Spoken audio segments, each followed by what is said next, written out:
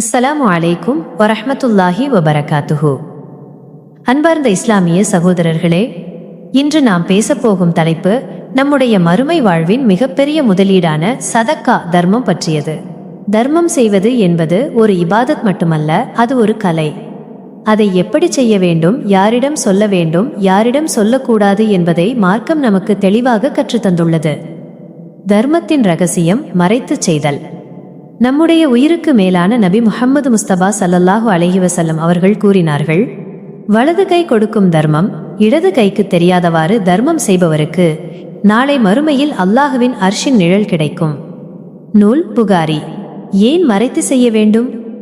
தர்மம் என்பது அல்லாஹுவுக்கும் நமக்கும் இடையே உள்ள ஒரு ஒப்பந்தம். அதை ஊர் அறிய செய்யும்போது அங்கே ரியா எனும் முகஸ்துதி, புகழுக்காக செய்தல் வந்துவிட வாய்ப்புள்ளது. முகஸ்துதி என்பது நம்முடைய நன்மைகளை சாம்பலாக்கிவிடும். யாருக்கு சொல்லலாம்? குடும்பத்தினரிடம் ஆலோசனை செய்யலாமா? இங்கே ஒரு முக்கியமான சந்தேகம் எழுகிறது.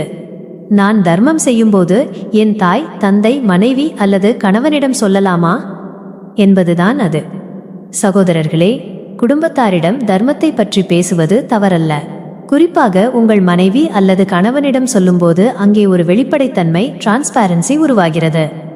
நான் அல்லாஹ்வின் பாதையில் இவ்வளவு கொடுக்க போகிறேன் என்று குடும்பத்தாரிடம் சொல்வது அவர்களை ஊக்கப்படுத்தும், இன்ஸ்பிரேஷன். ஆனால் இது பெருமைக்காக இருக்கக்கூடாது. அவர்கள் உங்களுக்கு தடையாக இல்லாமல் அந்த நற்செயலில் ஒரு பங்காளியாக இருக்க வேண்டும் என்பதற்காக மட்டுமே சொல்ல வேண்டும். ஆனால் தர்மத்தை பெறுபவரை பற்றி ஊர் முழுக்க பேசுவது அல்லது நான் தான் அவருக்கு உதவினேன் என்று சொல்லி காட்டுவது அந்த தர்மத்தையே பாழாக்கிவிடும். சமூக வலைத்தளங்களும் சதக்காவும் ஒரு எச்சரிக்கை. இன்று நாம் சோசியல் மீடியாவில் பார்க்கிறோம், ஒருவருக்கு ஒரு சிறிய உணவை வழங்கிவிட்டு அதை 10 கேமராக்கள் வைத்து வீடியோ எடுக்கிறார்கள். இது உண்மையில் அல்லாஹுவுக்காக செய்யப்படுகிறதா அல்லது லைக்ஸ் மற்றும் வியூஸ்களுக்காக செய்யப்படுகிறதா என்ற கேள்வி எழுகிறது. அன்பார்ந்தவர்களே, தர்மம் பெறுபவரின் கண்ணியம் மிகவும் முக்கியமானது. நீங்கள் கொடுக்கும் ஒருவேளை உணவிற்காக ஒருவருடைய சுயமரியாதையை உலகம் முழுக்க ஏலம் போடாதீர்கள். மற்றவர்களுக்கு முன்மாதிரியாக எக்ஸாம்பிள் இருக்க வேண்டும் என்ற நல்லெண்ணத்தில் வீடியோ எடுப்பதில் தவறில்லை என்றாலும் பெறுபவரின் முகம் தெரியாமல் எடுப்பதே சிறந்த ஒழுக்கமாகும். முடிவுரை: ஞாபகம் வைத்துக் கொள்ளுங்கள், அல்லாஹ் நம்முடைய இதயங்களைத்தான் பார்க்கிறான். மக்கள் உங்களை புகழ்வதற்காக செய்யும் தர்மம் இந்த உலகத்தோடு முடிந்துவிடும்.